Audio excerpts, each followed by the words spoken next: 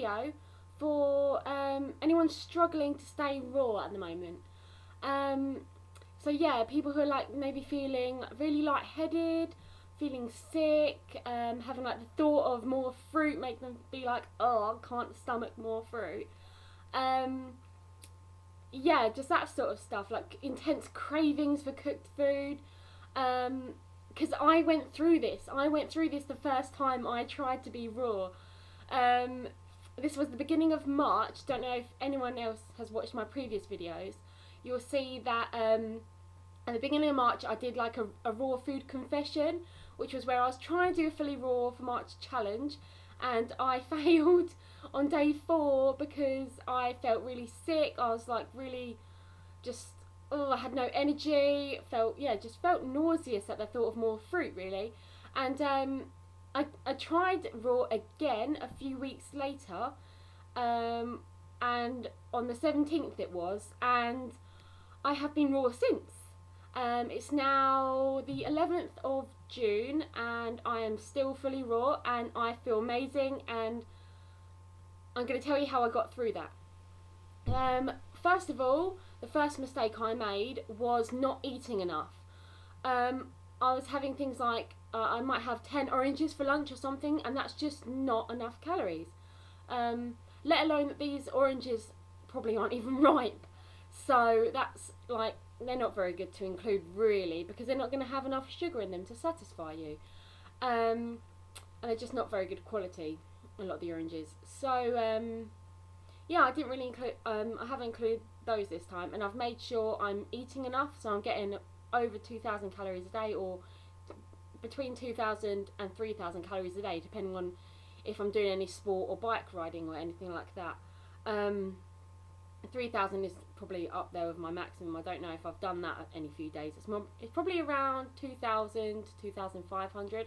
I don't exactly count, but I estimate what I'm eating, and it's usually roughly around there. So just make sure you are eating enough. Like if you're eating melons and things like that, you're going to need to eat a lot of melon. And you might even need a slightly bigger lunch or slightly bigger dinner than you would usually have. That's how I kind of weigh it out. Like if I've had a big watermelon for breakfast, and I mean like the watermelons I eat are about, can you even see, about this big, and I'll eat half for breakfast.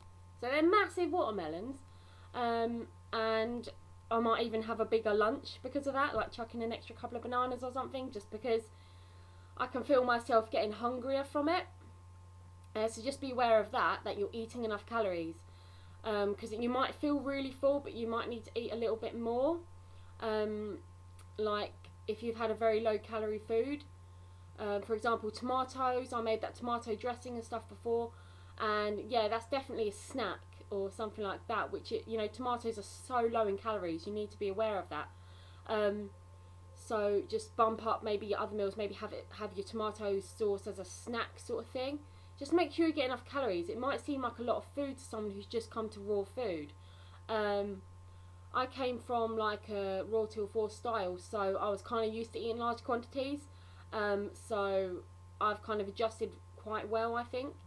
So, well, I didn't the first time. I completely underestimated. So yeah, just be aware. If it's a new fruit, work out the calories of it, and kind of maybe track it for the first couple of weeks or so. Just make sure you're getting enough. It might be the reason why you're craving cooked food. If you aren't getting enough calories from fruit and you're getting the problem like you can't stomach any more fruit, I would say that you're most likely nutrient deficient. Again, I went through this and I've tried it since, and I've tried this new tip since, and it's just helped me so much. And it's greens.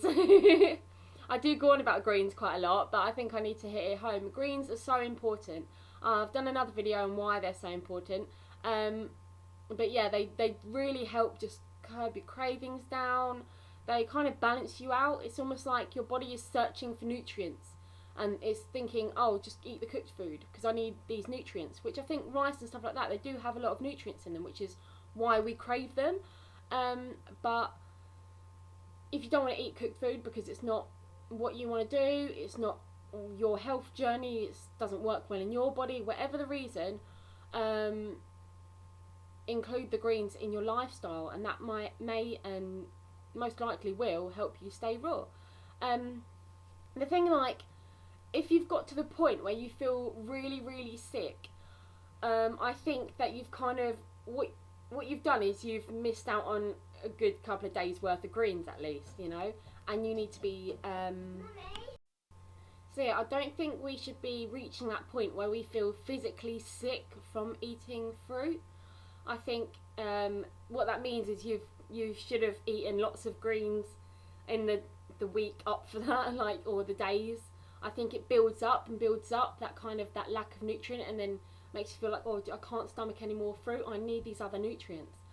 So that's what I think is what happens, and from my experience, having the greens prevents this feeling. So I would say, if you are new to raw food, having 2 to 3 green smoothies a day, or like a salad with like a bag of spinach dressing in it. Yeah, like having a salad with some dressing in, with a dressing made with lots of greens in it. It won't look particularly nice. Like, I find I put loads of spinach in with red peppers, and it does turn kind of greeny browny. It doesn't look very appetizing, not very good for Instagram pictures, but it gets the nutrients in and it tastes so amazing. So I kind of don't care if it looks brown. So yeah, that's a good way to get the greens in, is chuck a load in your dressing, and then put that over more greens. Or you can have, like, yeah, just the 2 to 3 green smoothies. Make sure you have like a whole head of lettuce in each smoothie as well. Like, don't put in a handful of spinach. Like, really, really have a lot if you can. Obviously, if you don't like green smoothies or anything like that, you can just start with like lettuce and stuff like that. That has a very, very mild flavour. Now I can't even taste spinach, or at least I like the taste of spinach. Like, I find spinach and dates taste kind of nutty. It's really quite nice. So what you can do is, yeah, have maybe a gentler lettuce. Like, yeah, just have iceberg lettuce, might be a bit milder in the smoothie. Or do the salad thing where you're having, like, chucking loads of spinach in the dressing and then masking it with a bit of cumin or whatever you want. You can, what else can you do? You could put in maybe like cinnamon in it as well. Like, if you're having, maybe you can work your way up, but just keep on top of the greens, I suppose. I never really had this problem. It's I was kind of like, right, greens, I need greens, so I just smashed them, and then just, my body kind of, because I used to hate green smoothies. I used to hate it, and like, but then I just kind of like, I was like, as soon as I knew I needed them, I was like, boom, do it then. Just do it. Just put a whole head of lettuce in and get used to it. And within a couple of days, I was like craving greens. It was the weirdest thing. And even now, I get like green cravings.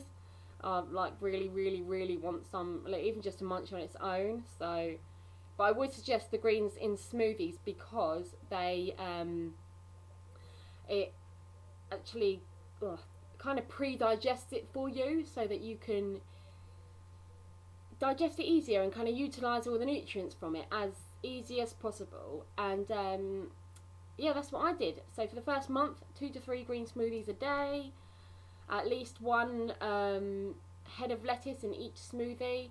I picked only tender leafy greens so that they were easier for my digestion, so things like baby spinach, tender greens. What else did I do? Yeah, I just smashed the greens, really, and ate enough calories. That was kind of like, it seems like it's so simple, but you just got to do it, really. You just got to keep on top of it. Oh yeah, and definitely go for organic or wild greens, or like, if you grow them in the garden, that's fantastic. Go for those, because they're going to be the most nutrient dense. Conventional stuff is, again, it's just not as good. So I kind of think of it as, my calories are coming from the fruit, and I kind of top up my nutrients with the greens. That's kind of my viewpoint on it. So yeah, let me know if you have any comments or questions on this. I'd love to help. Thank you. I hope you enjoyed this video. Bye.